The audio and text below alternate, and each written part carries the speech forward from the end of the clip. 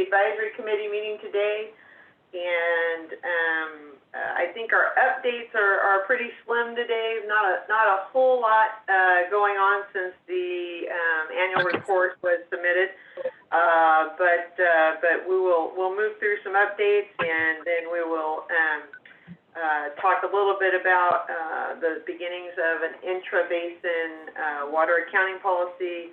And we're all very interested in seeing the C2B SIM slides and the work that Bob Anderson's been doing on our behalf. So with that, Mayor, I'll let you run into Sure. the beginning there. Yeah, let me talk a little bit about the Tule and Tri-County updates for everybody on the call. If you remember at our last meeting a month ago or so, we were talking about the submittal of the Tri-County annual report, and including, I think we're getting some feedback. Somebody might need to mute.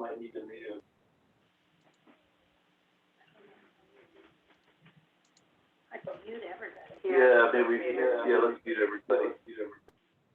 Okay. Yeah, I think we're getting some feedback. Sorry, if you need to ask any questions, please feel free to unmute yourself. But at the last meeting, we had talked about the annual report for the Tule Subbasin, as well as specifically for Tri-County. And in that annual report, the change in storage value that was reported for the Tule Subbasin was over 1 million acre-feet. And we felt that number was incorrect. We felt that number was excessive, and had some questions about how that number was derived. We raised our concerns, not just us, but some of the other GSAs as well, raised their concern to the consulting firm at Tom Harder and Four Creeks. They've agreed to go back and issue a technical memorandum to DWR that basically says that they also have some concerns about that number, and that those values will be recalculated based on some additional information that they have collected.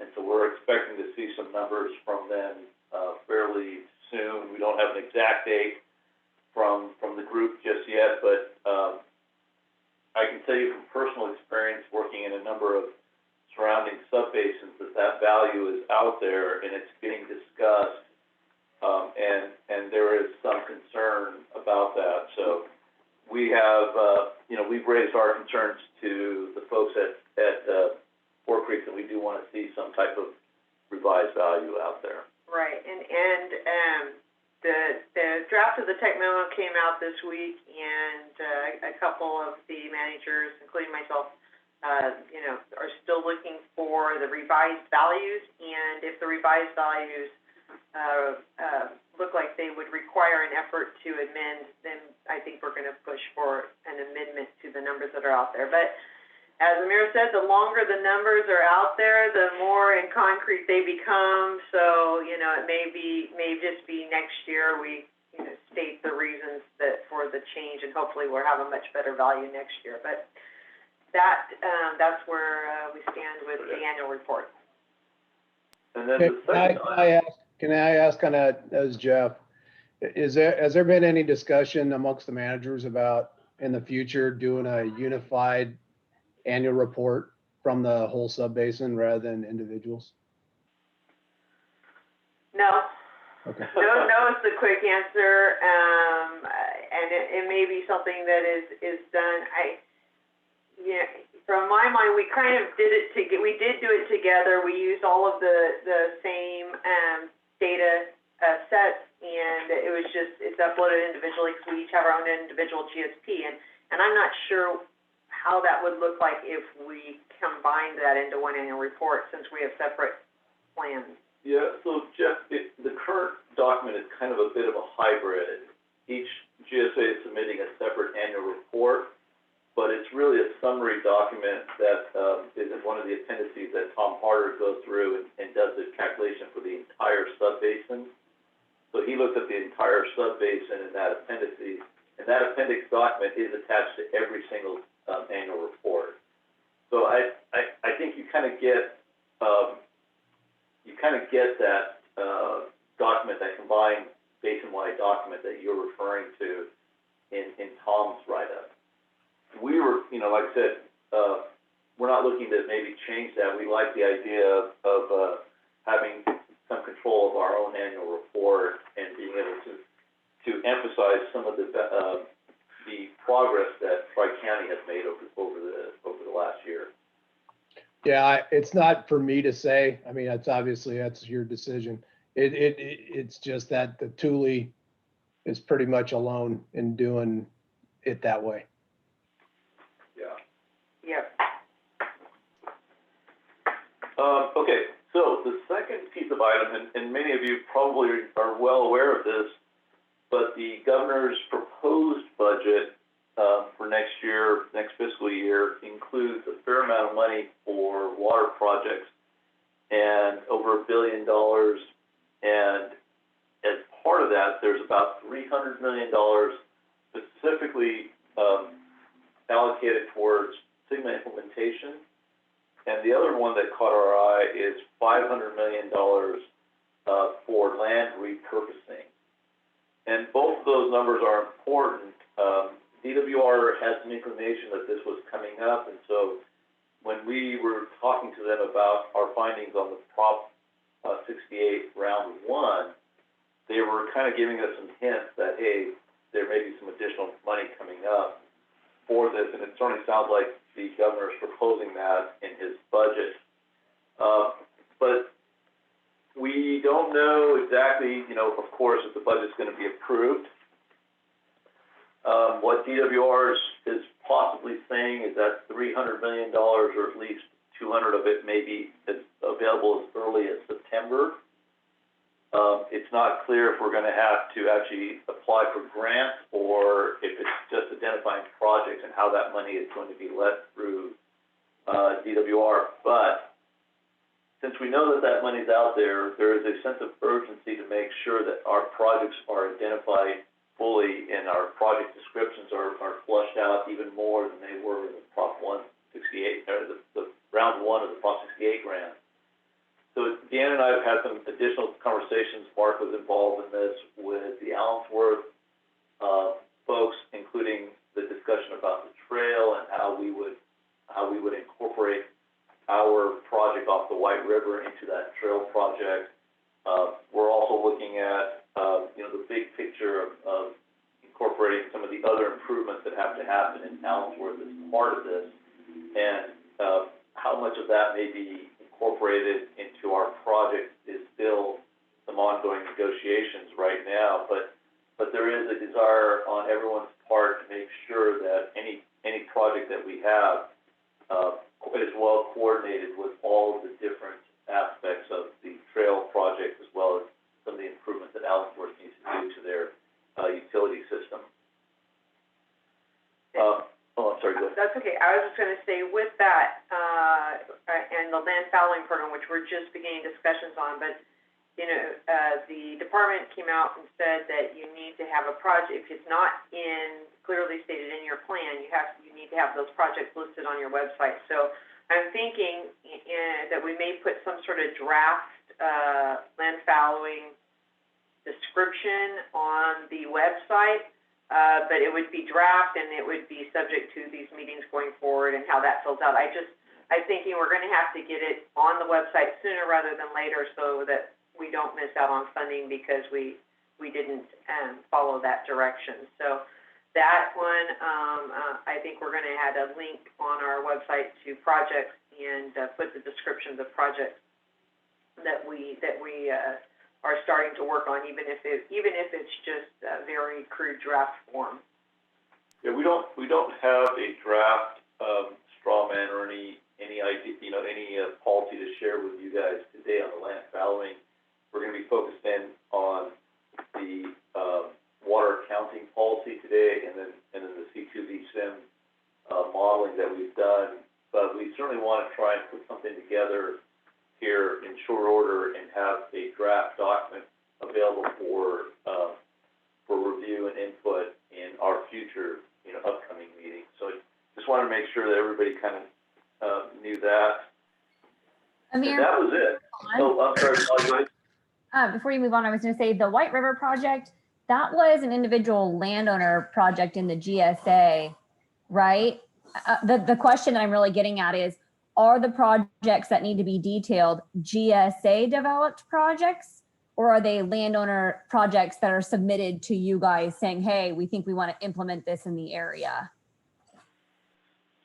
Go ahead, sorry, go ahead. Well, I was just gonna say that the White River is a flood capture recharge, recreation area, project for the Allensworth area that tied into the underrepresented community.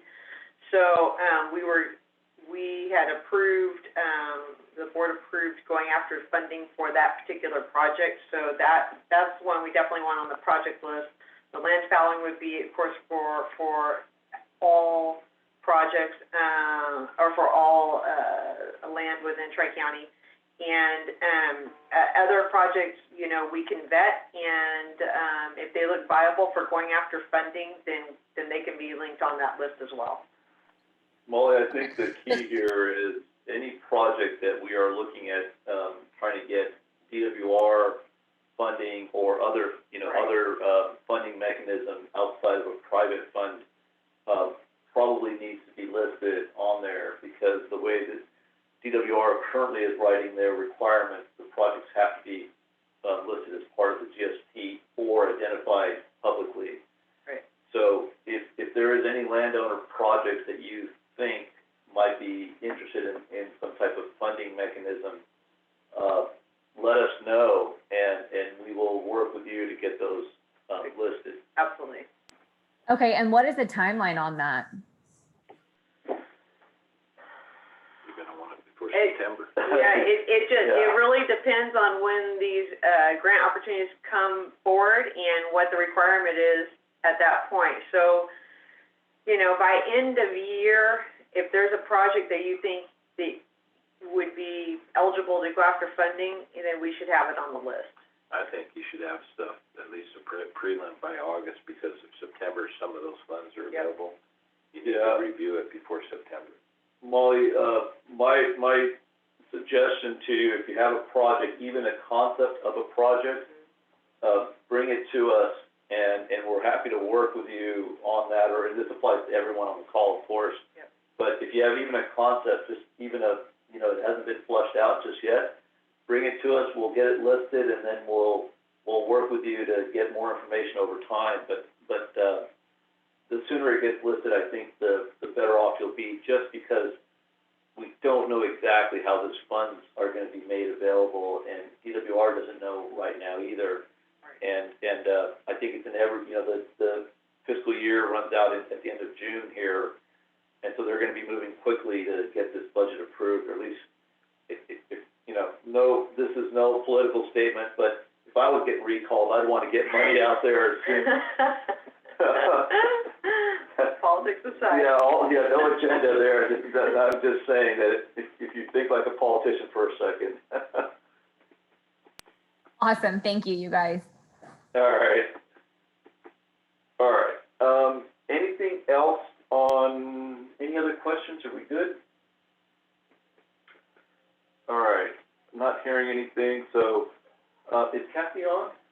No, I don't believe so. Yeah. And, just before we leave the Tri-County update, I'll say one more thing. We are still working on an interbasin coordination for the Cahuilla, Tule, and Tulare Lake subbasin. We are looking at getting the consultants together, sharing data, and basically working towards a plan to mitigate the subsidence in the area.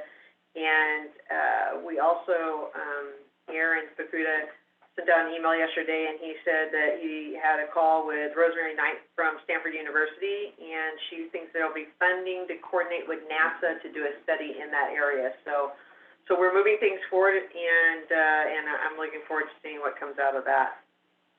And as far as Kathy, she's not on the line, and the only update I really have on the Lower Deer Creek, which is very similar to last month, except for I heard through the grapevine, they're very close to making an offer to the person that they've identified as a possible, plan coordinator for the watershed. So that is the last I heard. So it could have already been made, but I'm not certain on that. Okay. All right, do you want to move on to the DMS? Yep. The Basin Safe? Sure. So on, Basin Safe, we have been working with Four Creeks. If you have an opportunity to take a look at your landowner account, you will know that your account has been credited. If you haven't taken a look at it, please do. We had planned on making the debits for the first quarter a week ago, but we're still working with Four Creeks in coordination, and I hope that's going to happen either end of this week or early next week, and then first quarter invoicing will follow. Are there any questions on the data management system? Great. I think we should move to the C2E sim and then come back at the. Okay. Bob, are you ready to, yeah, Stacy will give you, access to the, Yeah, sure. Let me get spun up here. yeah. Yeah, he should have access. So as Bob's getting that ready, one of the things that we've talked quite a bit about is, this issue of the subsidence, the coordination, and the fact that, everyone did their own groundwater model, between Tule, Tulare Lake, and Cahuilla. And as we're looking at all these things, some of the work that Bob and I have done for a variety of our different clients, we know that there's, these things don't exactly match up, and there's some issues there, and that's okay. We didn't expect them to, but I think the important part here was, what the C2V sim model is what the state uses, and it was, obviously prepared by them. And so Bob and I talked to the board here, and we basically said, hey, why don't we take an initial cut and look at what's happening in the, in that corner near Corcoran, in that area where the well fields are, and take a look at what C2V sim says is kind of occurring in that area, and compare that to what, at least in this what the Thule model is saying and what Tom Harder's model is saying. And so Bob's going to spend a little time talking about Tom's model and the updates to the model, just so that you're all familiar with what's that based on some of the additional conversations. And then he's going to talk a little bit about our first model run in C2V sim and what we're starting to see there on a much larger regional basis. So Bob, is that a good introduction? Did I capture that? That's a fine introduction. Well, can everybody, are you seeing my screen okay here? Yep. Yes. All right. Okay, so there are lots of complexities here that I'm going to try and not get too deep into, but feel free to ask questions and slow me down if you want. As Amir said, there are a couple of topics we're going to go over here. The first is just an update on our most recent discussions with Tom and the revisions that have been made to the Thule Basin model, which is part of everybody's GSP. And then, as Amir indicated, give you an overview of what I'm really calling as a C2V sim experiment. So, any of the results that I show you related to C2V sim are purely experimental. They're showing us some things that are going to be valuable, but certainly a lot of the numbers, let's say, that are associated with them, we need to do some refinements. But we'll get to that in a minute. But I'm characterizing it as an experiment at this point. Basically, the Tule Basin groundwater model was updated. There was what's called the 2019 version, which was submitted with the GSP. And then shortly after the GSP was submitted, Tom began working on an update and some fine tuning and revisions to that 2019 model, which is now called the 2020 model. The results, or the draft results of that, were presented in a memo that was submitted in March of this year. We provided some comments and then had a face-to-face discussion with Tom towards the end of April. Our primary comments on what was changed and revised in the model related to how recharge had been changed, and we're going to go through that in a minute, but the recharge in the 2019 model is different than what's in the 2020 model.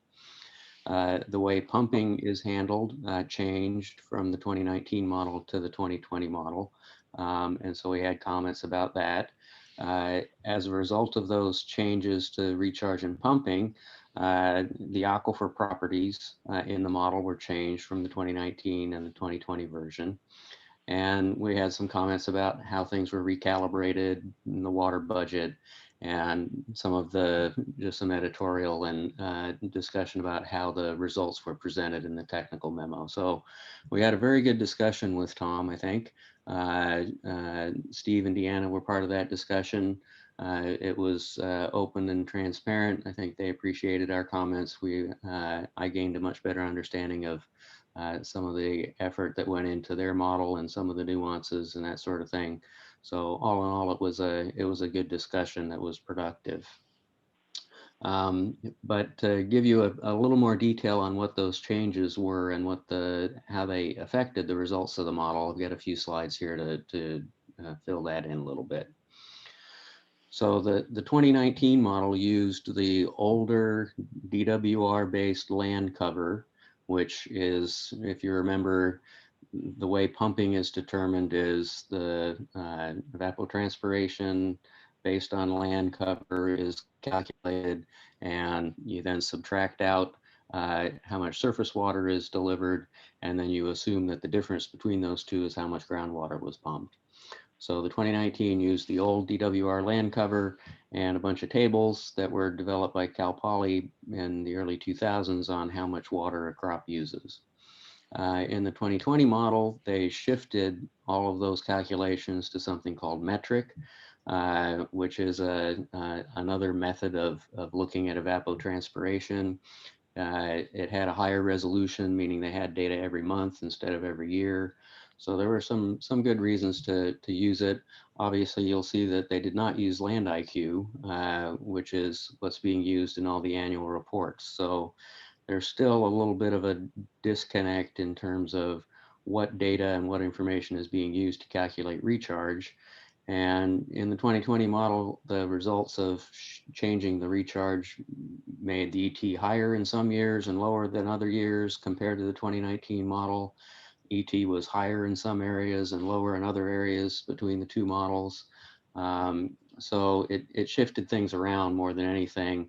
And interestingly enough, the calculated pumping in Tri-County went way down. So those orange bars are the volume of pumping that the model was calculating for Tri-County in the 2020 model, and the blue bars are what the 2019 model was calculating for pumping. So we commented on that because these pumping rates were fairly low. So we requested some more refinement and evaluation of the recharge that went into the model. The second thing that changed in the model was the way the pumping was distributed vertically in the various layers. So here in the gray here, I don't know if you can see my cursor or not, but the 2019 model really just had one zone of pumping. So essentially the same perforation interval was assumed for all the agricultural wells in the model.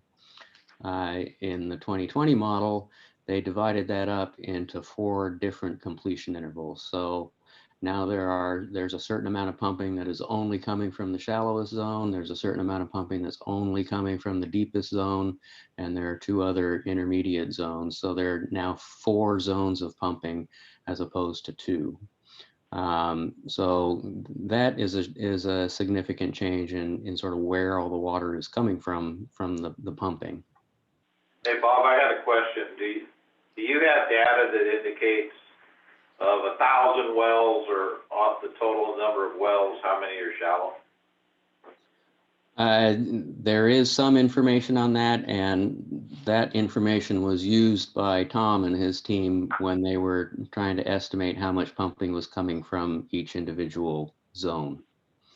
So yes, there is information on that. The accuracy of it, depending on whether it comes from DWR or from like a database, a well completion database, you know, you obviously run into that issue. But yes, there is information that we can at least get an estimate of the distribution of depths. Okay, thank you. So let me ask you a question though. When they start looking at those different layers like that, is the thought then that you'll start looking at sustainability on different levels versus just all one, in essence, aquifer, the way they've been doing it now? That's exactly where I think we're going to end up, and it's probably where we need to end up because of the issues around subsidence. And so we'll talk about that in a minute.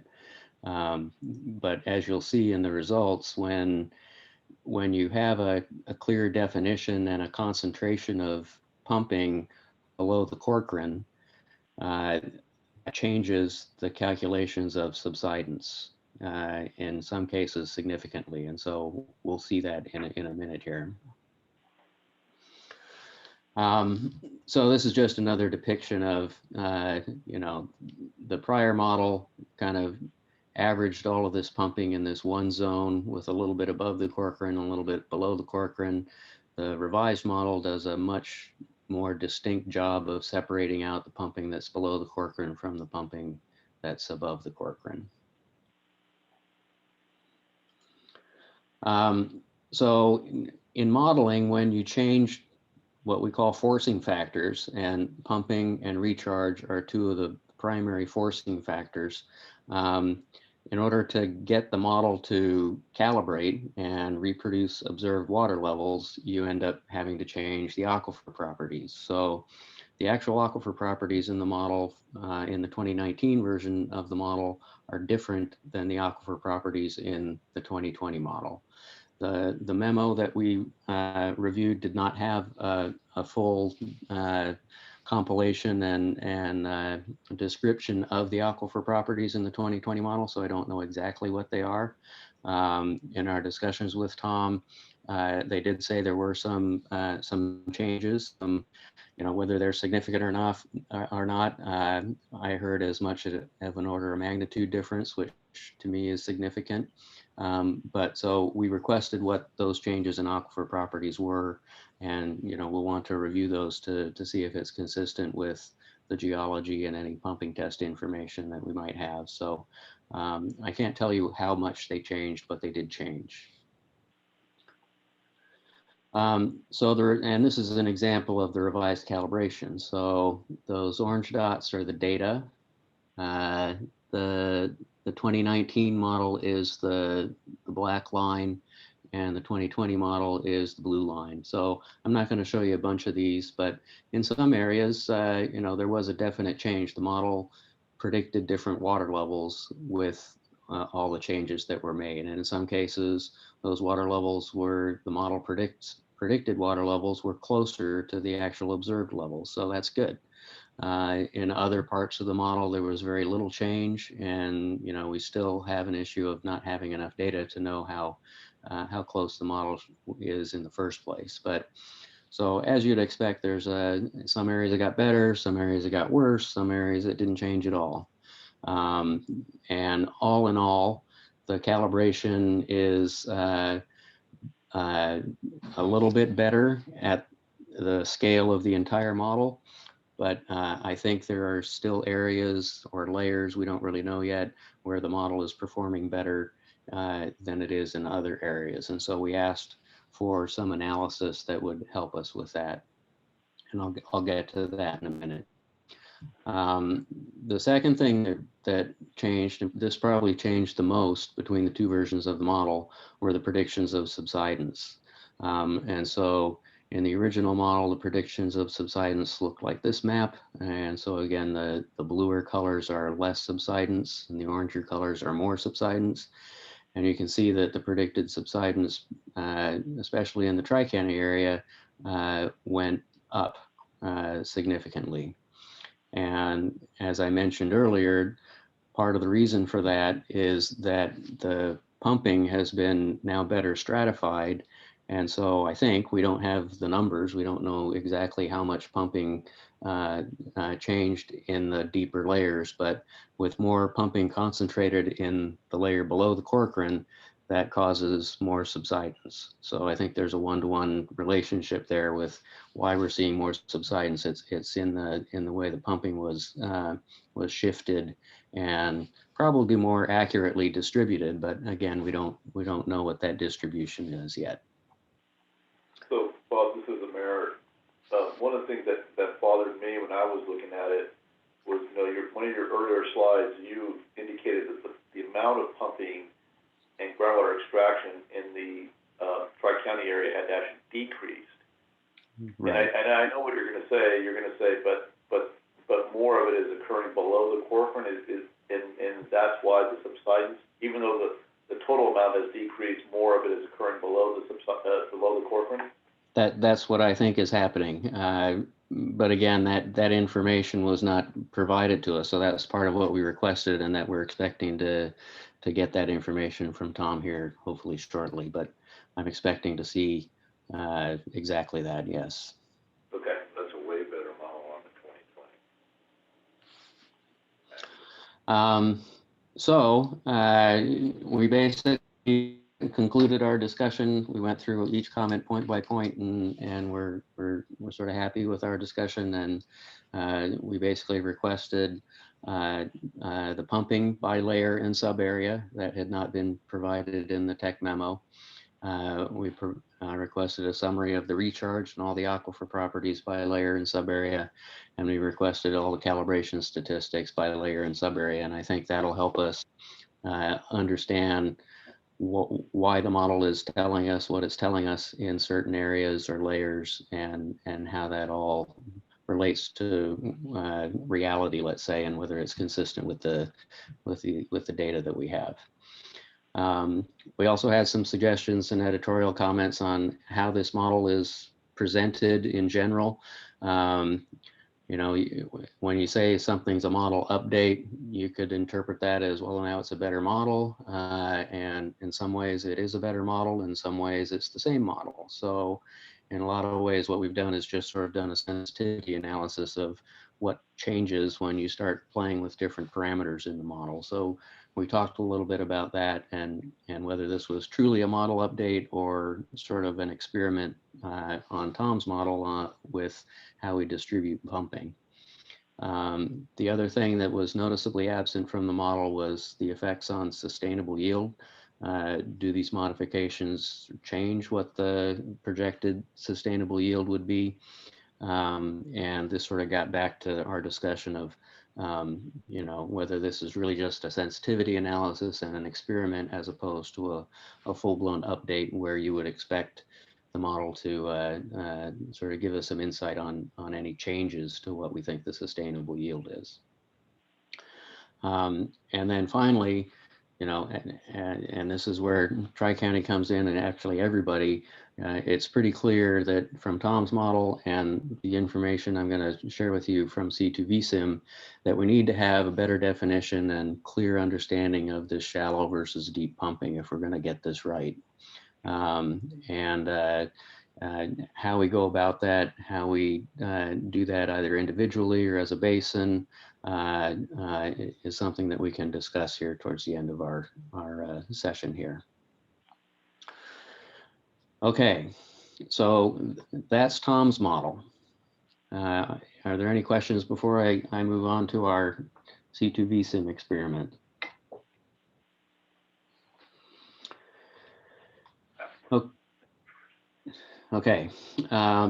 so now we're going to talk a little bit about C2VSIM. So C2VSIM is a DWR model that was developed years ago. There are a couple versions of it. There's one called Course Grid, which was available and in use prior to Sigma. And then since the implementation of Sigma, DWR has been working on what's called Fine Grid version of the same model. Very few, I think only the Kern GSA chose to use the C2VSIM model in their GSP because in large part the Course Grid C2VSIM model and the data, the pumping data that was in it was not viewed as reliable by most of the GSAs, and so they went on their own path and developed their own models, which resulted in this patchwork of models throughout the extremely overdrafted basins. And in our area in particular, basically, you've got the whole Tulare Lake subbasin, and there are 5 different models in the same, essentially the same aquifer system. So what we thought we'd do is do a little bit of an experiment to look at some of these bigger picture modeling issues that are facing Tri-County right now.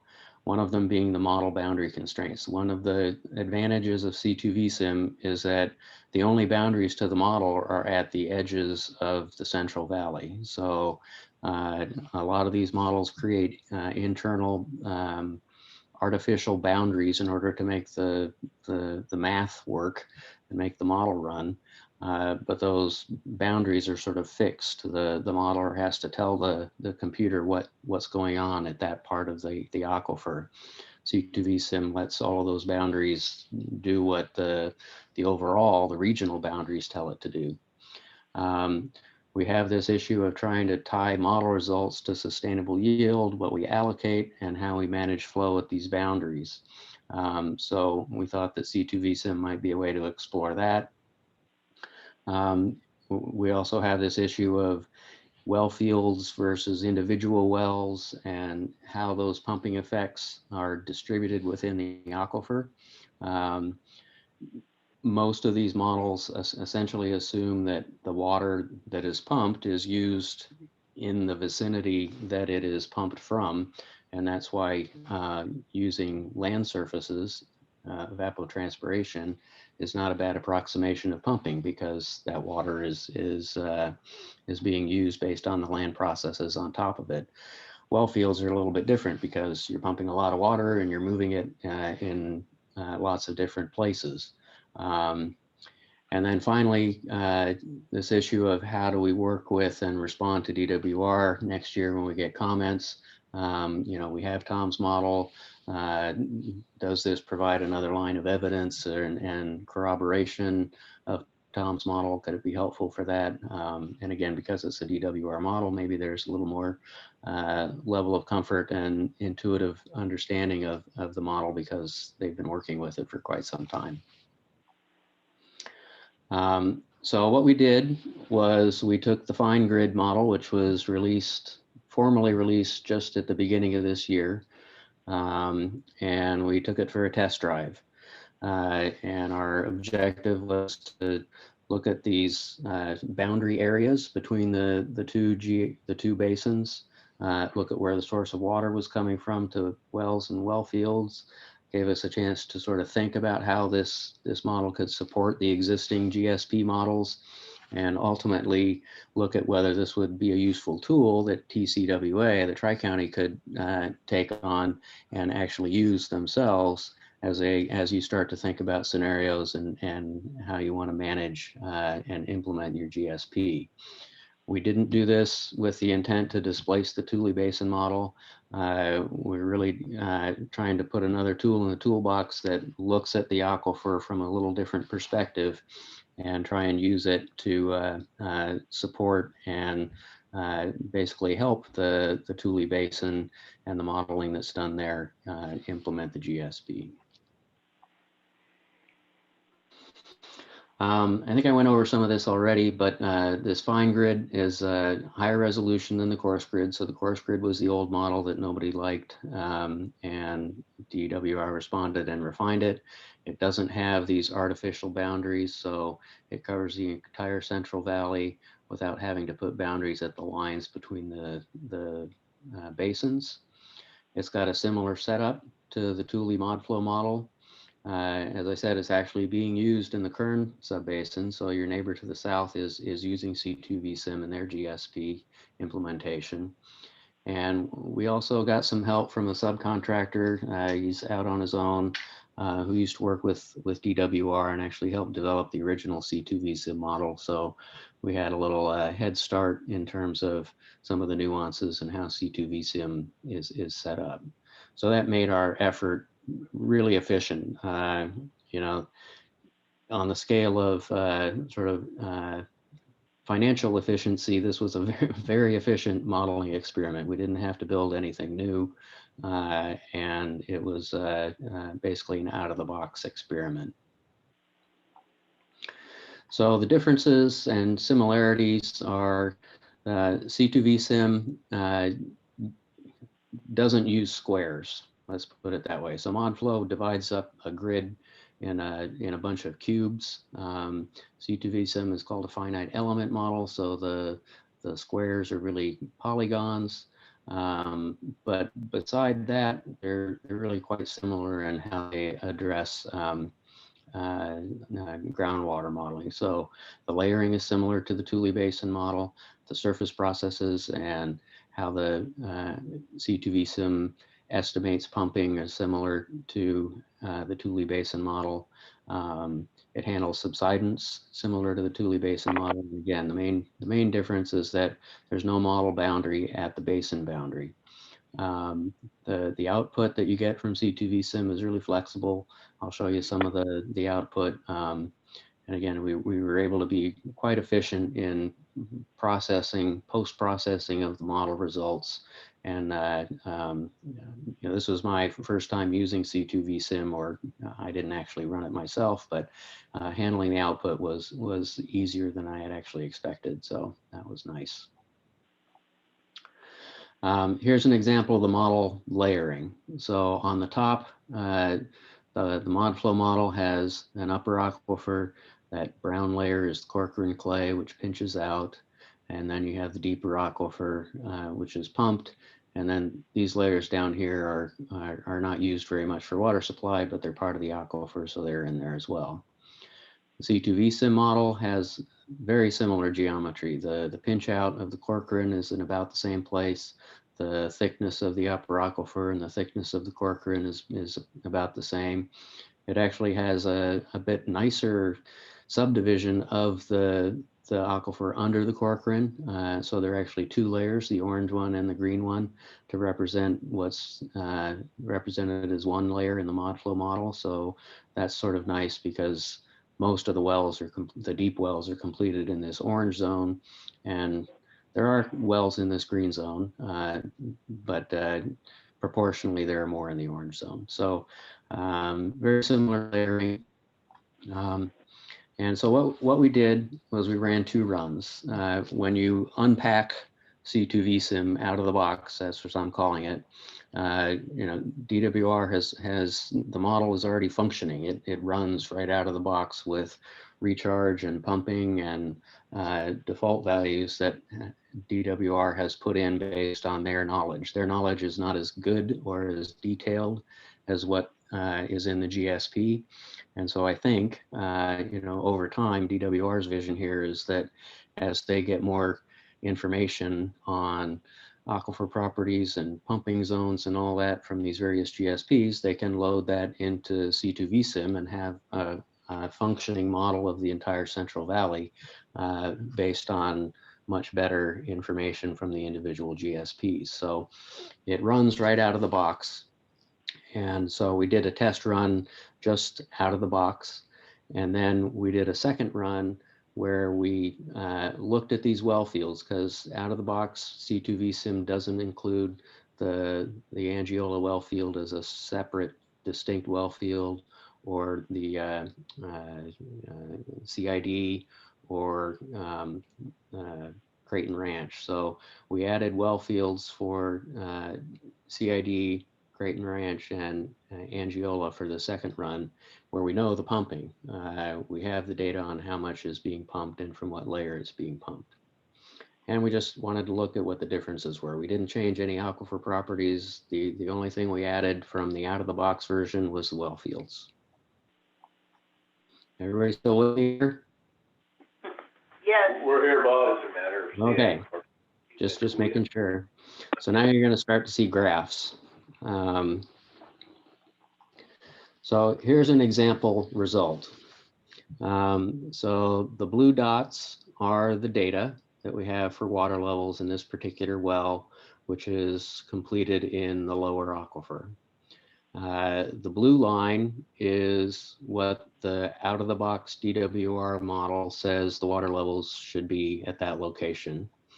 And the green line is what the water levels are predicted to be when you specify the well field pumping, and in this case, there's a pumping specifically in the lower aquifer. So you can see that the fit is much better when you are more specific with where the pumping is coming from. So with the model is closer to the data, and so that's a good thing. The reason that they're the same here in this earlier time period, the simulation starts in 1975, is we just didn't have well field information during that period. So we didn't change how the pumping was distributed then. But once we got it down and had the actual pumping rates and the levels at which that pumping was occurring, the model predicted the observed conditions much better. So that's a good thing.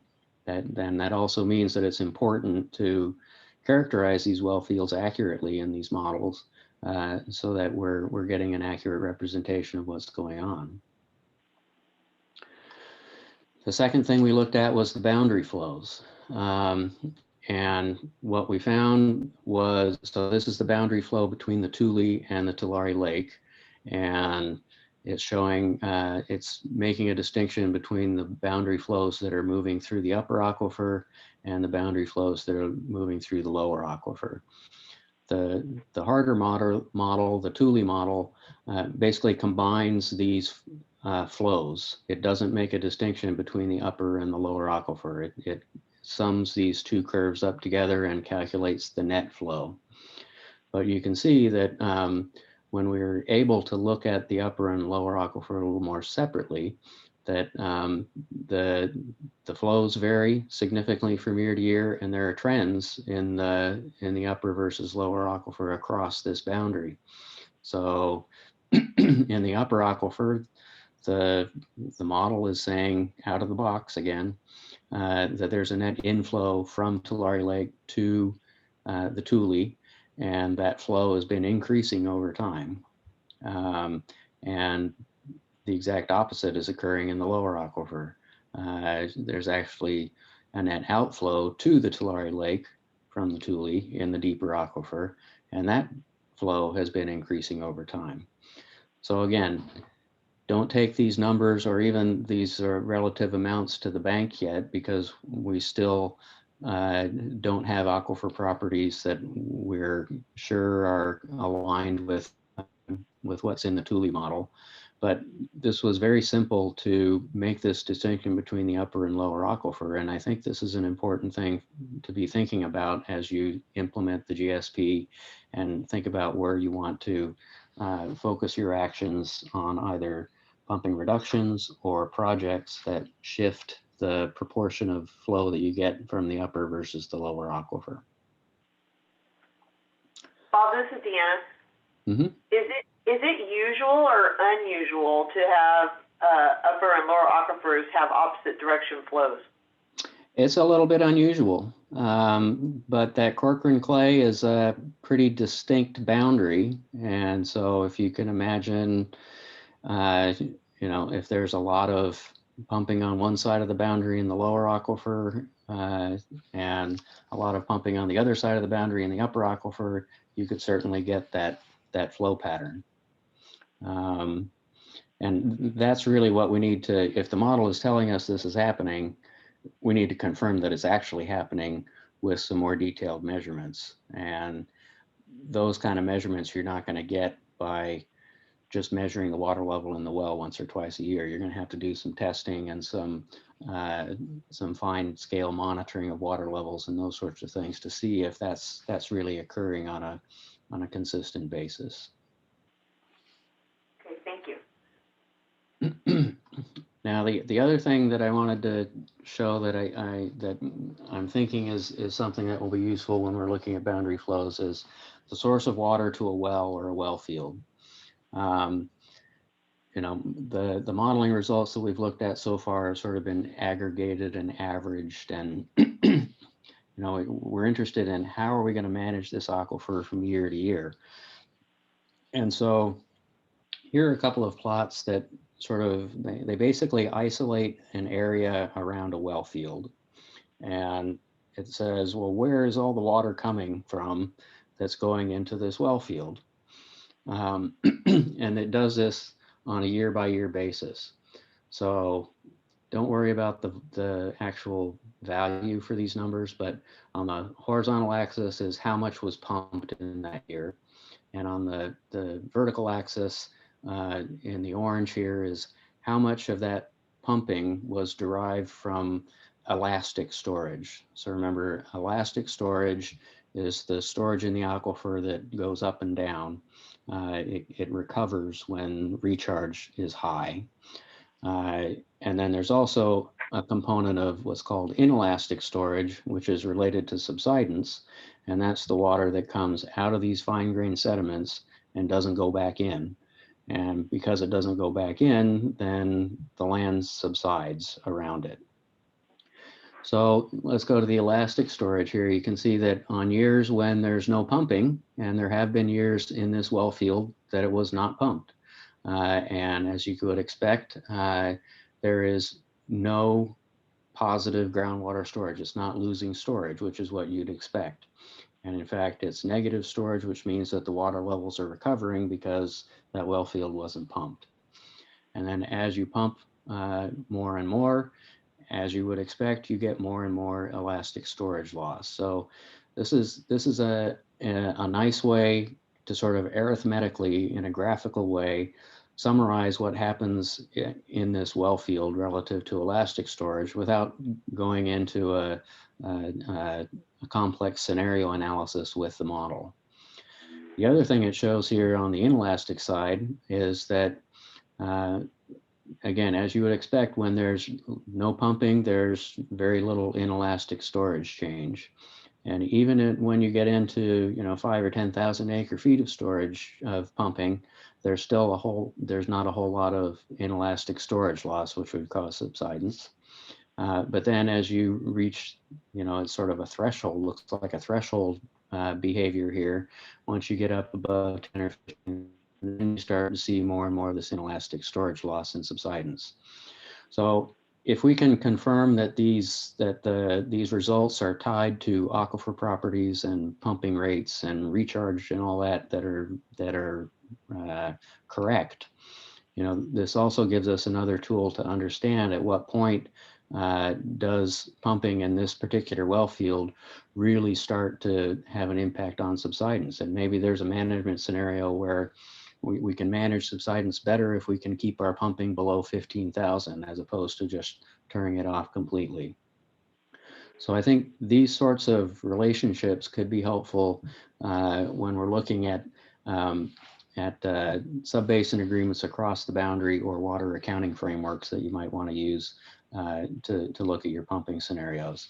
This well field in particular, by the way, straddles the boundary. So the area that all this storage is coming from is some is coming from the Tulare Lake subbasin, some is coming from the Tule Basin. So this really demonstrates that and illustrates that this is a transboundary problem, and we can use this model to have the same numbers on that both sides of the boundary have to wrestle with to figure out how they're going to manage it. I'm not going to go into the second thing in much detail other than to say the fact that this one here is a straight line. That's a good thing. That means that we have accounted for all the water that is being pumped in these different pockets of elastic storage and elastic storage and all these other sources of inflow. So I'm not going to go into detail, but the fact that we got a straight line there is good. So the conclusion here is that more refinements are needed before we can really present anything in any formal way and discuss things. But just looking at this as an out-of-the-box experiment indicates to me that C2V-SIM is a viable tool that Tri-County can use, other GSAs could use if they'd like, but it's a viable tool to focus an analysis on these boundary flows, independent of the existing boundaries in the models. It seems to be a really simple and effective way to look at the water balance in the shallow and the deep aquifers and look at how the effects of well field versus single well or distributed pumping regimes, how those affect the undesirable results like storage loss and subsidence. I don't think this displaces the Tule Basin model. It really is going to help to work together with it and really strengthen your analysis of particularly on interbasin issues. And I think it would be viewed favorably by DWR, and you know, two models telling you the same thing is better than one. All those sorts of things, I think, suggest to me that it's worth continuing the experiment. So the question then is, should the experiment continue? Yeah. And here I'd like to just start to open it up to discussion on what people's reactions to this are, and just kick it around a little bit. But these are the things I thought of that are sort of in favor of continuing this experiment. You know, it's a tool that's already familiar to DWR. It's consistent with surrounding basin models, and Kern is already using C2V-SIM. And it could provide some corroborating analysis with your existing Tule Basin model that Tom's got. For TCWA specifically, it would give you a tool that you could do some pre-modeling before providing scenarios to the ModFlow model for the Tule Basin. We've talked about this previously, but just to remind you, Tom's model is not an easy model to use. They didn't use a preprocessor. They used line coding and some other things that are takes a little time to get up to speed. They couldn't just give it to me, and I couldn't just run it out of the box like I did with C2V-SIM. So it gives you a tool that has a shorter ramp up time. And in addition to pre-modeling, you can look at data gaps related to layering and deep versus shallow. Where do we really need to know what's deep and what's shallow? Where do we really need to maybe do a pumping test so that we know what the aquifer properties are? It'll give you a tool to look at some of these scenarios for shifting pumping from deep to shallow. And it gives you a tool that we can use for this boundary, for some of these issues related to boundary and well field issues, which in large respect, I think, are going to be sort of negotiating exercises more than anything. The model's not going to give you an answer. It's going to give you some information to discuss in a negotiating kind of environment. That there's some added complexity here. We have two models instead of one, so on one hand, that's good when they say the same thing, and it's not so good if they don't say the same thing. So there is some added complexity. There is some added cost, but as I said, I think comparatively speaking, this has been a very efficient, just out of the box run of an existing model. And I think that any additional modeling that you might want to try or we could develop would be very cost effective to do. So I'm going to stop there and just open it up to discussion on your thoughts, on the experiment so far and whether it should continue. Yeah, Mark, go for it. Well, my recommendation is continue actually through a flood season, so I would continue for years. We need to get data, and I actually think the most important aspect is when the models don't show the same thing, because you want to find out why and what are those factors that are causing it to show the discrepancy that you're showing. Right. And that's going to define how accurate or how predictive the model really can be. So my one vote is to continue this really for quite a while, and we need to get into flood years to see the effects of the deep aquifer and what occurs in that area that has created the subsidence, and how much storage have we lost over years. We need to define that, and this is a model that you have that goes across these subbasins, and we have, well, like you said, negotiating tools where we're going to need to understand what's really affecting this area, because it's right up against Cahuilla, Tule, and Tulare Lake, and we need to understand those flows and how they do move in both directions. I also think it will be advantageous to find out how many wells could you put in the shallow aquifer until you really start having issues with the shallow water table. And so there's a number of things that hydrologically and agronomically we need to look at. At the same time, there'll be some quality parameters we'll want to discuss. But I think it's outstanding what you've done, and it's for me it's very exciting. So I think I'm glad you brought it up. It appears like you know how to use this model, and you've got some people with expertise. So I think it's outstanding, Bob. You've done a great job getting us into this. I think it's going to really add credibility to Tri-County Water Authority. Well, thank you. And I agree with especially your point on the flood years. I think knowing how best to manage in the flood year is actually more important than it is to know how to manage in a drought year, because that's where you want to put that water to the most highest and best use, really, in the longer term of things. I'll go back to screen view. Bob, did you have anything else you were going to present on?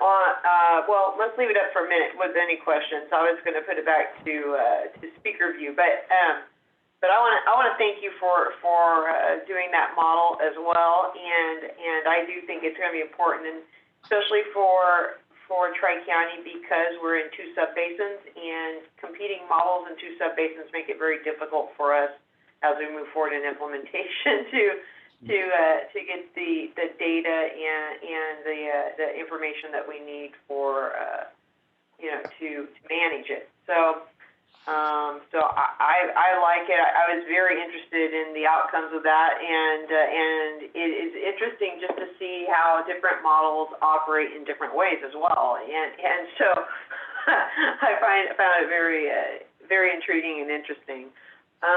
Is anybody that's on the call today, do you have any questions for Bob before we take the slides off the screen?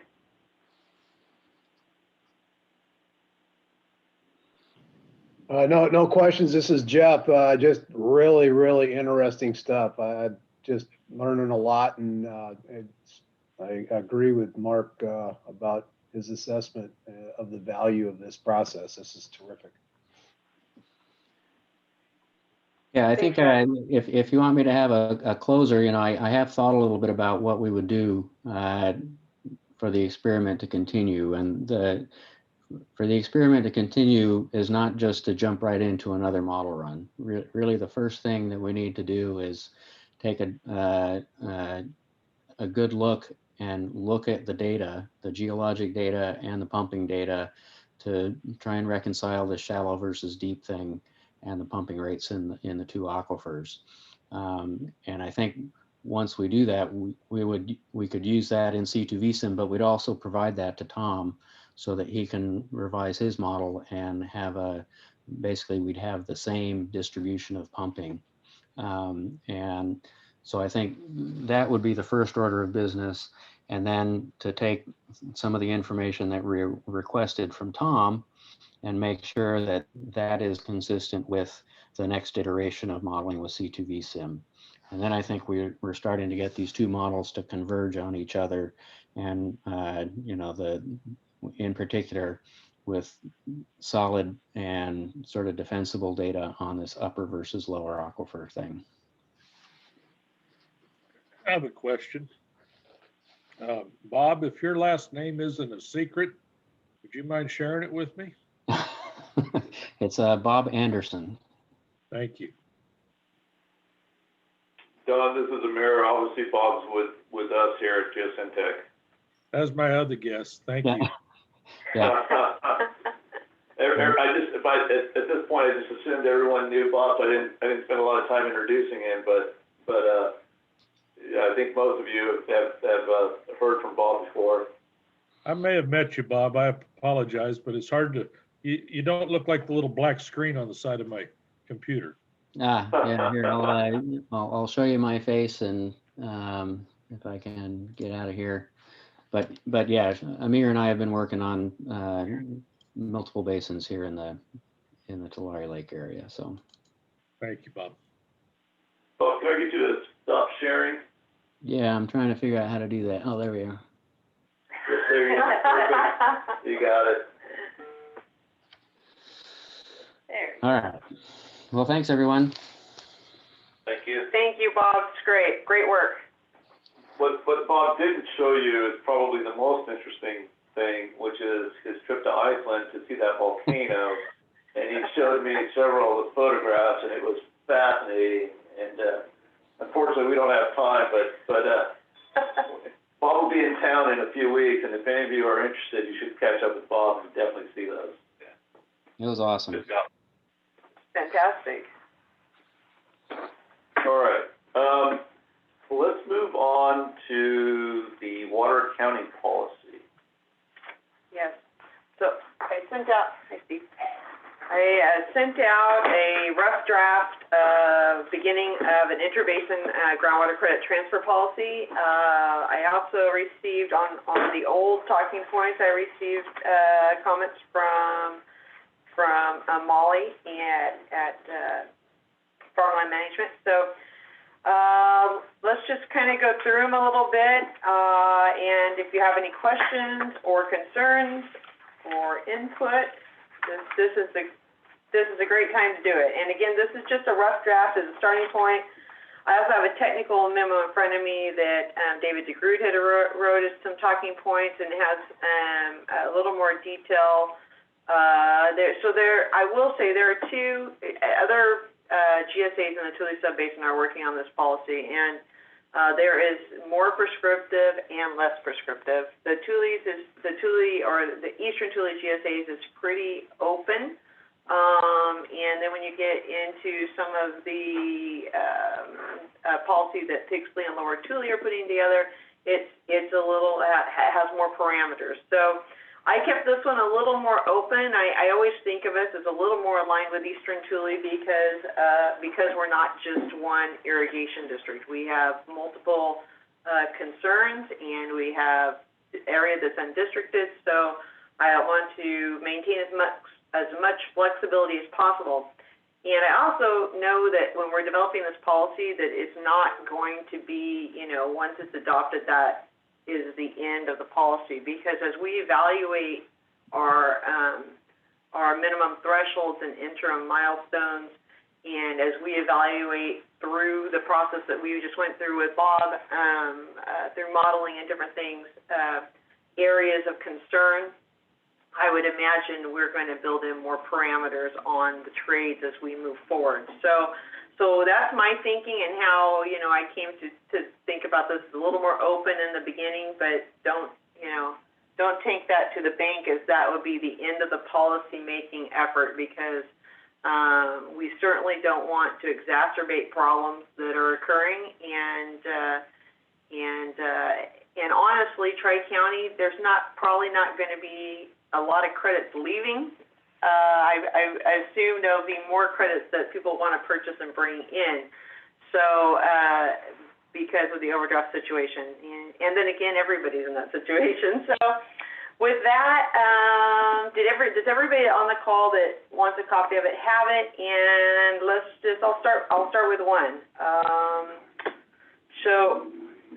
So what we said is a landowner can transfer all or a portion of their sustainable yield credit out of our boundaries. And when I'm talking about intrabasin groundwater credit transfer, the reason, and I know that we are a different agency because we're in multi-basins, but in order to line up with the others in at least what's being developed in the Tule subbasin, the parameter will be within basin to start. So there was no point in making this more open-ended because I think that would be a deal killer, so to speak, with the rest of the subbasins. So when we're talking about these transfers, we're talking about in-basin transfers. So basically, and I certainly understand this, but if the credit is created within the subbasin, it can move within the subbasin and stay in that area. Hey, Deanna, let me ask a question though. When you say transfer, well, let me just pick on Angiola. If Angiola landowners have been historically using it and we're delivering water to our landowners and you're crossing the line, is that considered a transfer? Or is it if Angiola sold credits to some non-Angiola user? 505 water. Yeah. If the credit, again, if the Angiola, let's say, was to purchase a credit from the Tule subbasin, that water would have to be utilized in the Tule subbasin. There's really no way around that. The Tule subbasin will not trade credits or sell credits and have them utilized in a different subbasin. Okay, that doesn't affect the current policy. Tri-County's own policy is different than what I'm talking about here. I'm talking about intra-basin trades with growers within the basin. Basically, Lower Tule. Correct. Doing projects with. I'm not talking about Tri-County's own internal policy. That you have to think of them as separate, because Tri-County will allow you to trade with others within Tri-County, but you can't. And there's some mathematical issues with this, right? We're going to have to build it into the data management system, but if you purchase a credit, it has to be used in the same subbasin where it originated. well, and that's why I'm asking what's the definition of transfers? So you're talking about transfers between landowners in different GSAs? Yes, correct. So I'm talking about, when I say intrabasin, that just means transfers between different GSAs within the same subbasin. And not GSAs, but landowners in different GSAs. Okay. Well, I just throw this hypothetical out. Maybe you'll cover this in the other bullet points. But if you create a banking project in another GSA, and now you want to transfer that out of that GSA, whether it's to Tri-County or to one of our landowners, this is saying you can't do that if you're going out of the subbasin? Yes, and you know, these are one of those issues that would have to be approved by the entire subbasin. If they were going to bank in one subbasin and allow that water to be transferred out of the subbasin, that would be something that would have to be discussed between the entire subbasin. And at this point, I haven't seen any willingness to have that discussion. But it seems like everyone, Deanna, should support that if people are importing water into the area to bank it, and you do a leave behind, then it's still a positive for the subbasin, even if you're taking 90% out or whatever number you pick that you can move. I mean, I don't see why people wouldn't support that, because again, if you're importing water into the basin, it's good for everyone. I'm not going to disagree with you. I just don't, for this discussion, I don't think that's really on the table right now.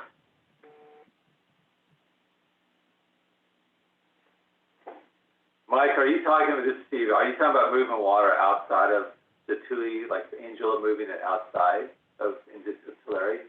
Let's say Angiola goes and we buy some Frank Kern water Yeah. and we bring it in and we sink it in Tule or Lower Tule or somewhere out there. Basically, yeah, do take their load, You know, right? We ought to be able to, if we leave a certain percent behind, that's good for them. We paid for the water, we give them something. But why is there a harm to the whole basin if you pick a number, 90% or some percentage of it out? You're still using a leave behind, and you know, it's a subsidy for everybody else by doing that leave behind. Yeah, I think I hear what you're saying, and that's kind of what I'm thinking too, is that if we do a project, that we're gonna be subject to the other neighboring GSA's restrictions potentially. And I think we're trying to come up with something that's open. I think the question of you is how that water within our GSA, how we handle that extraction of water. I think that's a separate issue, you know. And I think what you're going after, Mike, is the kind of thing I'm looking at too, is how do we go about getting projects and putting water to the east, you know, in our basin, and taking credits over here to pump. That's what we're looking at. So I think, Mike, the issue here is really the credit issue, right? yeah, it's a credit. We're not physically moving the water, so Right. it's not water credit. Yeah, so I think that's where the issue really comes into play is how are you taking credit for that water that you're sinking in Mike's example? How is that credit shown and then how is it subtracted? And if it's outside of the accounting system, then maybe that's something different. How can you do it outside? It's gonna have to be accounted, right? I mean, if we do a project over somewhere, they're gonna account for the water we spend. That's true. They're gonna count They're the gonna water. keep a leave behind. I think Yeah.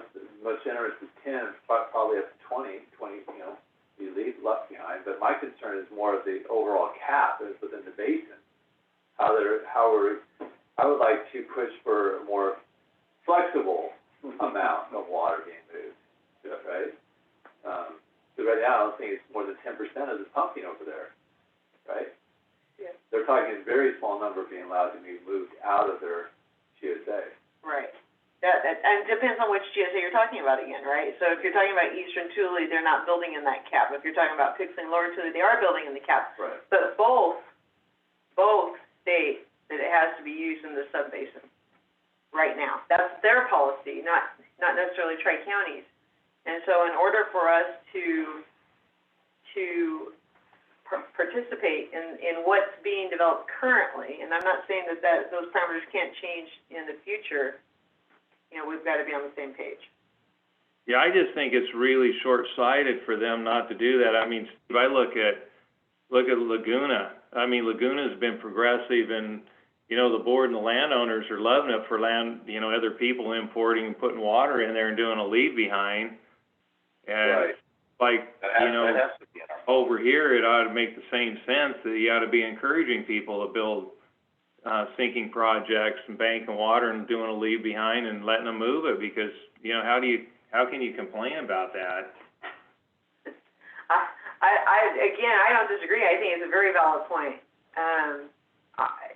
It's that, you know, each individual GSA gets to develop their own parameters, and those are the parameters that are currently being developed. And I think in the future, as viable projects come online that have, if there's a large water banking project that comes online and somebody buys into it, that will facilitate the need to possibly open up policy. But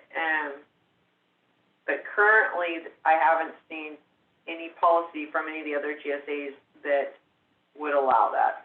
Yeah, we need to push it. And I got a question, this is Mo. Hi, Mo. Hey, I keep hearing what we can't do, and I realize that you guys are not the sole controllers of what the other GSAs are doing, but if I have an opportunity to bring water in from Pixley into Alpaugh area, what's the process? I mean, you know, at the end of the day, who do I go to and say, can I do this? So I realize that may be a silly question, but, you know, I'm frustrated with what I can't do. I want to know what I can do. So if I could go buy water and bring it in, who do I need to go talk to on the Pixley side or on the you know, the lower Thule side to facilitate that conversation. So as it stands right now, and nobody has formally adopted a policy, I don't believe, except maybe Eastern Thule. But the policy as it stands right now, you would have to get approval from both GSAs that would be involved in the process. So if you're moving from, say, Pixley, a groundwater credit to Tri-County, you'd have to get approval from Pixley GSA and Tri-County GSA. And that credit, again, would be available to be used in the subbasin of origin. So that would be, you'd have to pump and use in the Thule subbasin. Okay, so who do I talk to in Pixley and who do I talk to in Tri-Counties? So in Tri-County, it would be, you know, me. But again, we don't have the policy necessarily in place. This is the draft of it, but I, you know, from my perspective, if you're able to get approval from another GSA and bring in a groundwater credit, that's a, you know, from my view, that's a win for everybody. And it just has to be utilized within the parameters. So that credit would be added to your basin safe landowner credit, and would be there for use. Definitely. All right, well, I got the rest of the board's attention, so is anybody else objecting if we try to bring water in? No, that's for sure, but talk to Eric, definitely lobby Eric Lemus over there, that's what we need. Yeah, we need flexibility, Mo, we really want, and I've been pushing the same thing, we want to open that up so we can bank more over there and get more credits moved this way. So, more voices would help. Yes, I've always been a proponent of a more open market, and just what we're talking about, banking and credits and moving, but the tea leaves right now in the subbasin, they're very protective and they want the credits to remain in the subbasin. And, you know, if anybody can get the other GSAs to agree to open that up more, I don't think that Tri-County's board would be opposed to that, but, you know, we're just one GSA out of the six, so. Hey, Deanna, going back to Mike's question earlier about if he essentially developed water and wanted to bring it into Tri-County discussions or negotiations, could we maybe say if it were newly developed water, the water brought into that district kind of above and beyond what would normally be there, plus the leave behind? Could we maybe, do you think that would incentivize the other districts to allow us to transfer into Tri-County? And I'll end that, I don't think be restrictive by any means. I want to make it as fluid, no pun intended, as possible for landowners. But if we're at a stalemate for where we can bank water and bring it in, maybe that would help by just saying it's either newly purchased or new water to the area plus the leave behind. Molly, Molly, when you newly developed or new water, are you talking about imported water, and then if there's like flood water that would have otherwise left the area, if you are able to capture it and sink it in there, that would be considered newly developed as well? You know, so you can use tributary water as well as imported water? I say we can be as fancy as we need to be on that to incentivize allowing us to sink water, leave a leave behind credit in that district, and then extract it in this area. Yeah, I would think the landowners and the board of directors ought to look at that and say this is a no-brainer. Yep. Yeah, no, it's actually a really good point. And you know, technically, these discussions haven't really happened because there has not been a real willingness to sit down with all of the different GSAs and have them. So, you know, let's build into what we want to build into this policy, and then we can sit down and have the discussion with the other GSAs. But I agree with you. Newly developed water should be separate than when we're talking about native sustainable yield. Those are two different things.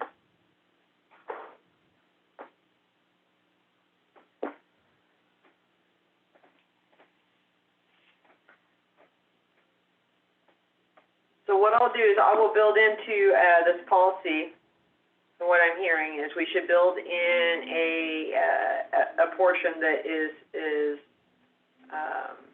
built around newly developed water or water projects, and hold that as different than native sustainable yield. Yeah, you wanna And incent- push you that- wanna and push incentivize- that you effort. wanna incentivize the capability. Makes sense. On that note too, is there any like language on like ownership or management of properties where a leave behind may not be required? So if my neighbor Joe had 100 acres and in one farm and he wanted to roll the water, the sustainable yield from that farm to his other farm and just fallow one out, would he be subject to that sustainable yield, or because it's like owned or managed, could he move it?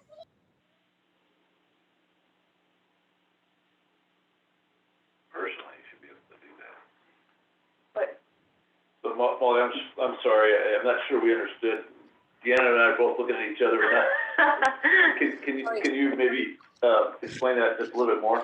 Yes. So in semi-tropic, with their water accounting, there is a provision where if you have like ownership or like management of two different properties, for example, you can move water from one to the other. And I don't believe it's subject to the leave behind noted in bullet point 1 of this draft policy. So under this, I believe in safe it's covered, but I just want to be sure if a landowner wanted to move their water in the form of a credit from one ranch to another, would they be subject to this behind in bullet point 1? no, currently our policy is, and this again, it goes back, these bullets are intra-basin transfers between GSAs. Our current policy with Tri-County is there's no leave behind if you transfer within Tri-County Water Authority. So those transfers are not subject to that. Okay, got it. Thank you. And then on bullet point 1 still, it says transfers may be subject to leave behind. Is that something that will be ironed out before the policy is implemented, or will the language work? I put that on there for discussion with this group. So, some of the others have a leave behind. Do we want to try to match what others are doing in leave behind? Do we want to say we're not going to have a leave behind? That's really up to the landowners and the board and this advisory committee.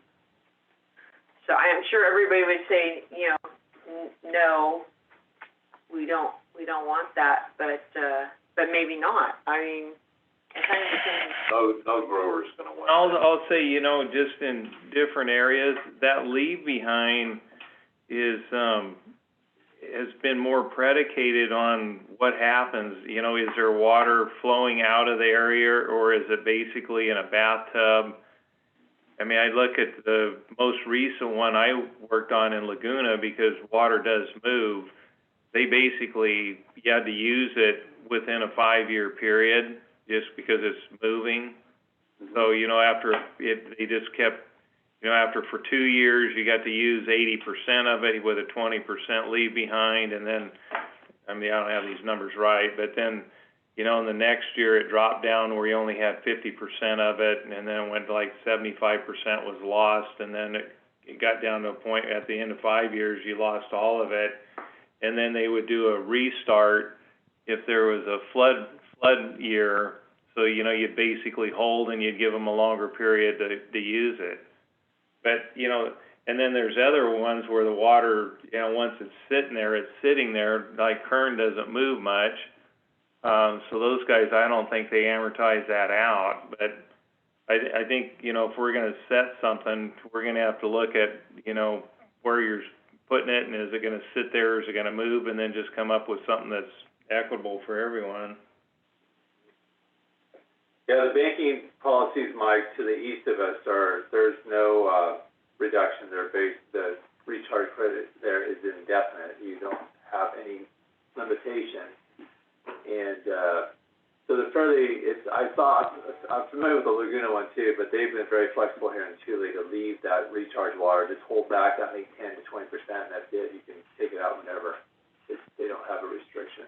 And I don't think we want to do that in Tri-County either. I think we want to leave that fairly open. If you have a credit, we don't want to put a cap on it. I don't think our water is really moving here in our area. water's moving to us. It is according to Bob. Okay. Sorry, Bob. I was looking forward to hearing it. Oh, God. It's on the aquifer. They spend on the aquifer, Okay. Yep. So, and, you know, and when I look That at makes sense. bullet point 2, and that speaks more of the landowner developed credits, that would be more of a recharge project or a project developed by a landowner. Yeah. And you know, if they're gonna, because that is to the benefit of Tri-County when they develop that project, but if they were gonna transfer that out of Tri-County, then that's where I would see the leave behind is more pertinent, and that number is to be determined. Would that be 15%? Would that be 10%? Would that be 20%? We can tier it. If it stays in its, you know, Tri-County, you can 10%. If it goes out, you can go 20 or 30%. Right. You know, you can easily tier it. So. My vote would be if it's in the GSA, that there should be a penalty for the grower if he's all over it. You're disincentivizing a guy to buy better ground or to keep farming something that's not as good because you're not allowing him then, because he's gonna lose this amount. I really wouldn't do that in your deal. I don't see a win. I don't see a positive on that for us. Now, if it's going out of your GSA, that's a whole different ballgame. Right. You have to get something for allowing that to occur.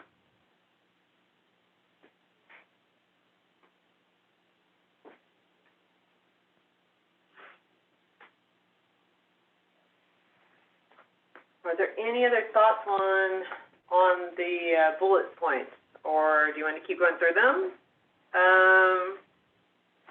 My recommendation was to let everybody you just got them sent out, let them go through it, send comments to you, and then at your next meeting, when you redetail it and revise it, go through a revised point for, because personally, it's too much stuff, but I would have them digest it and comment to you. Right. I think another key question is, if a landowner were to transfer out their sustainable yield, would they be allowed access to their tier 1 after they've transferred out their sustainable yield? So that's another key question to be answered down in the to be determined. Didn't you have a priority as far as how they had to utilize their water? Yes, but if you've transferred out your sustainable yield, your priority would go to the next category. So, you know what I'm saying?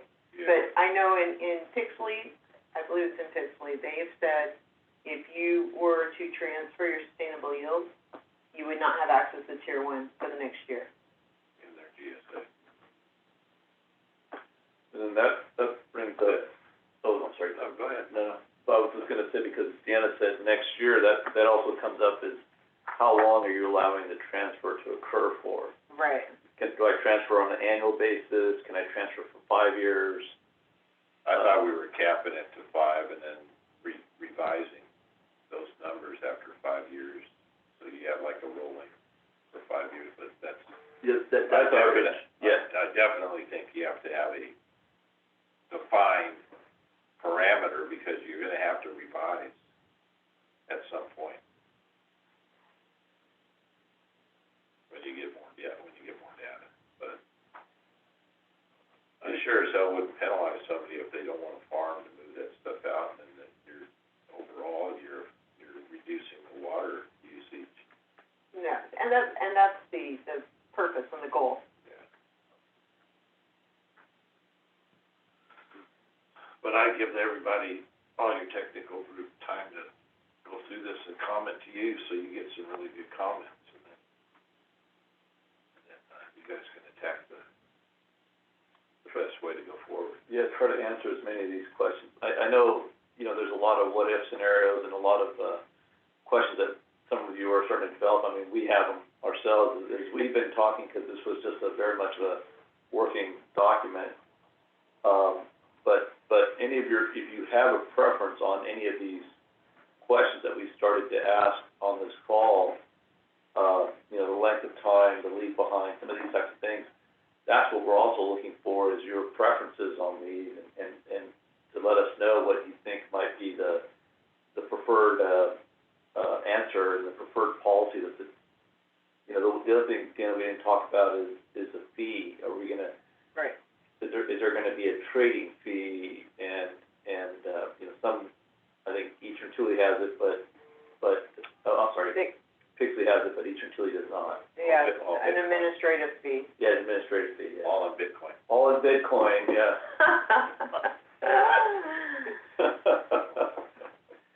Deanne, where is Eric's, where is Stevens at with his policy, do you know? What the I board's believe at? it's still going through its committees. I don't think the board's approved it, let's say that.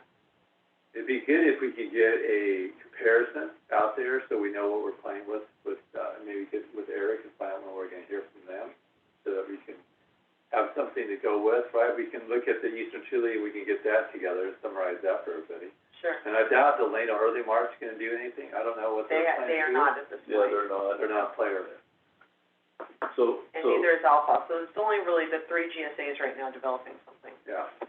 So Steve, we did base this one on Eastern Chile. Right. And then we did a summary of the draft Lower Tule Pixley document for the group last meeting. So we can certainly put that together. Is anybody on the call participating on the Lower Tule Pixley committee? Does anyone have any input on that one? I don't know if Molly, are you, have anything to do with over there? Sorry, input on which one? On the committees at Lower Tule and Pixley developing their transfer, this policy, I was just curious if anyone here had any, attending those meetings. We What's have going on? people attending them, yes. Okay. Is my, what I'm saying is, are we still on the same page with them? Is that still what they're doing? They're still capping the amounts and capping it to the sub-basin of origin? Yes, as far as I know, they're capping the water both in and out. And I believe it's substantiated by some sort of modeling effort that they've done. Yeah, that's, My understanding, so there could be something new that has happened. Hey, Deanna, it's Mo again. I guess my question ultimately is, why do we have to care about what Pixley is doing or not doing or try to copy their model? Why don't we create our own model and tell them that this is our model, live with it or die with it? that's a very good question. The problem is, if you're talking about bringing a credit in, they won't allow it. They won't allow their growers to sell you their credit or move their credit to Tri-County if we are not. That's a debate that then the seller of the credit and their GSA board will have to take up with each other, and ultimately somebody's going to have to answer to somebody and go, why are you not letting me do this? This makes absolutely no sense. Yeah, it's the landowner's property, right? So Yes. I think the landowners at some point are gonna raise hell with I think us. we're just, to me, it's like we've wasted so much time and energy trying to fight with everybody and make sure that we're, on one hand, we're fighting with them, on the other hand, we're trying to go, well, no, we can't do this because they're not gonna like it. I don't really give a damn if they like it or not. At the end of the day, we got a lot of money tied up in our business and in our land and our properties, and we need to protect our interests. I could give a damn what Pixley thinks. I think, Mo, I think what we do is exactly that. We don't put any caps on what we do. We set up a policy that is very transparent and gives us complete flexibility, and then that's what we go with. And we can control that. It's like you just said, then you can take that back to them and say, hey, this is what we're doing. We're allowing this in Tri-County, so therefore, why won't you guys do that here? So I'm with you. I think we don't put any caps. We don't even talk about that. We just open this up to incentivize our growers to bank water when it's there, leave us somewhat behind, make it very flexible, copy maybe more like an Eastern Tule type program, and go with it. It will come back to, it's going to take growers like yourselves to push on the boards. You're going to push on their boards. Yeah, because I think, Steve, those growers out there, some of them will choose not to farm, and they're gonna farm water or groundwater credits, you know, as this thing goes forward. So they're gonna want this flexibility. I've got to believe that. Absolutely, they'll want the market. I would agree, Mike. So I think it's going to take the board members that are going to have to be lobbied. They're going to have to move that policy that way. I don't know why they wouldn't wanna be flexible though, because they're getting a lot of water from other entities into them. So I don't see how they can restrict it for their own good. I think we, to sum this up, I think we just be very flexible in our policies and Kurt, I say we be as flexible as possible, and I know Mark has said that many times over the course of the last year, and other people have said the same thing about, let's not box ourselves into a corner.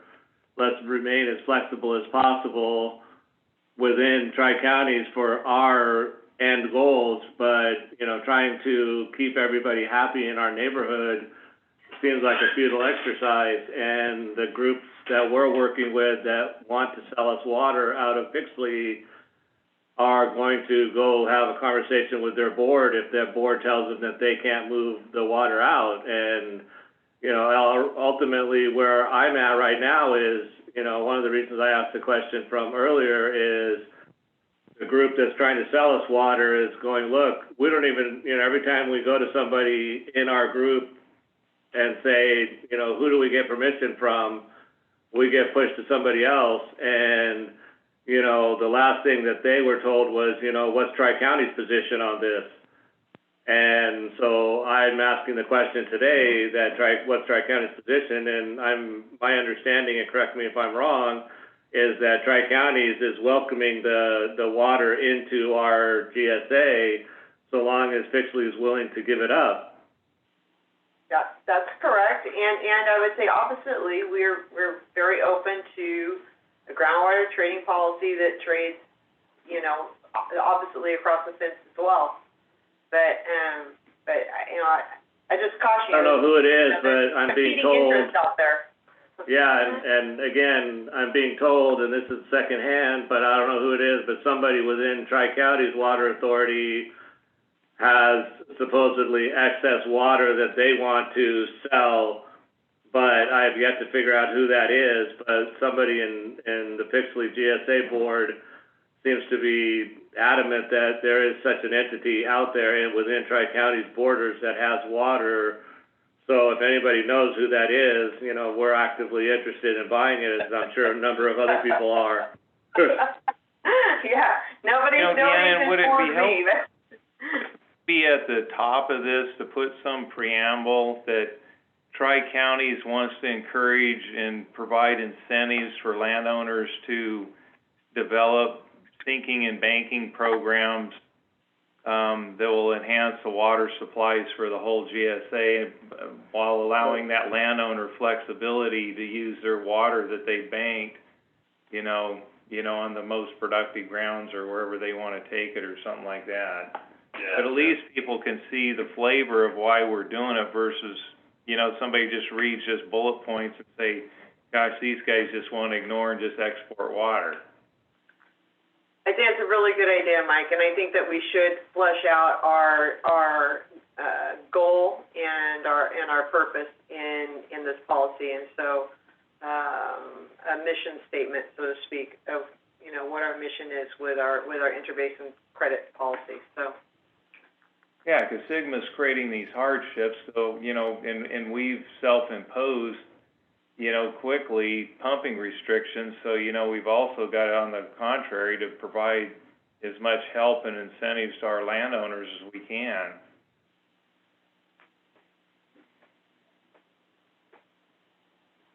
All right. We're a little bit over on time, but I appreciate that conversation, and I will take that, and with that in mind, rewrite this a bit, and we'll come back around at the next advisory committee meeting with something a little more robust and a little different. And if anybody else has specific comments on this, please send them to me and Amir, and we'll be working on it. Hey, And we would love to get. one more thing. Sorry. I was just gonna say on bullet point 5, I believe it is, it says that requests must be approved by Tri-County. Can we put together a rubric or a requirement so that Mo can go out and be like, well, I have this water, as long as I'm complying with A, B, C, and D, this water can come into Tri-County. Obviously, he or whoever else would let you know, but That way it's not left up to anything other than just like a standard of some sort. Yeah, we could maybe put something together, although, you know, the policy will be, once we get the policy adopted, that's gonna be your card to go to your next GSA manager, basically. So, and that's what the other GSA managers, it's kind of their mantra right now. I wanted to have these discussions as a sub-basin and put together a policy that worked for everybody. I got sent back to my own room and told, make your own policy and then we'll talk after. So, so maybe with that said, that's a good starting point to go more down the line of a more open policy and push for the reasons why that's an important conversation to have. If, you know, I think from most perspective, it's a little, Tri-County is willing to accept, even if we have to do it on a one-by-one basis until we get a hard policy in place, transfer. I don't see any reason why we wouldn't. But your fight's really with your neighbors. It's you know, the difficulty you're going to have is getting that transfer out right now. So Molly, keep in mind that somewhere we have to record the trade, the credit. Yeah. So in Basin Safe is where the intention is to record it. I'm not saying you have to make that public. Okay, I just want to be clear. I'm not saying that, but somewhere it has to be recorded, and we need to know from our standpoint that trade went through and the proper amount of credit was deducted and credited somewhere. So there may be a role for the GSAs, and we're still trying to figure that out.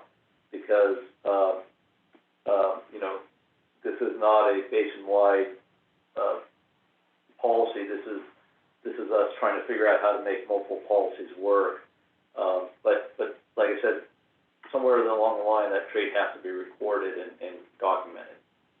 Yeah, Amir, I thought the same thing, because 5 seems like that's an accounting issue that we need to make sure before the landowner does it that he's got money in the bank.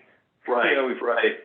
We overdraft, so maybe it's just the word approved, but I think it's just, you know, something's got to be where somebody's not transferring more out than they have in the ground, in the credits. Yeah, no, and if you look at the technical memorandum from that David DeGroot, you know, it's not only each GSA approves, so it's written down and memorialized. Each GSA approves it, but that and their memorandum also goes to the sub-basin, goes to Thomas Harder and Four Creeks. So it would be at this point, what they're looking at is a three entity process approval. Approval or acknowledgement? Approval by both GSAs, and I guess acknowledgement and recording on the sub-basin level. That's not in place yet, but that's in the technical memorandum. As long as it's not approval, I mean, it's okay if you acknowledge it, but I just don't want to have another layer. Yeah, I don't think we ought to play Mother May I with all the neighbors. Yeah, no, I agree. Because we still have to account just in our area, our allocation, and make sure we're sustainable in ours, so. Right. The burden should be on us. Yes. Very good. All right, guys, we've kept you over 25 minutes, sorry. So our next meeting is Real good discussion. 23rd. Yeah, good, especially Bob Anderson. Yes, very good. Thank you, everybody. June 23rd. Please send in the comments on the bullet points of the intra-basin, and we'll be working on that in the interim. Also, any projects and stuff I get. Yes. Yeah, if you have projects that you want to seek funding on, get those to us as well, so that we can get those on the website. You know, the other thing that we ought to keep on the screen is, it's AB, whatever, it's that land repurposing grant money for landowners. That's what. Yes. Yes.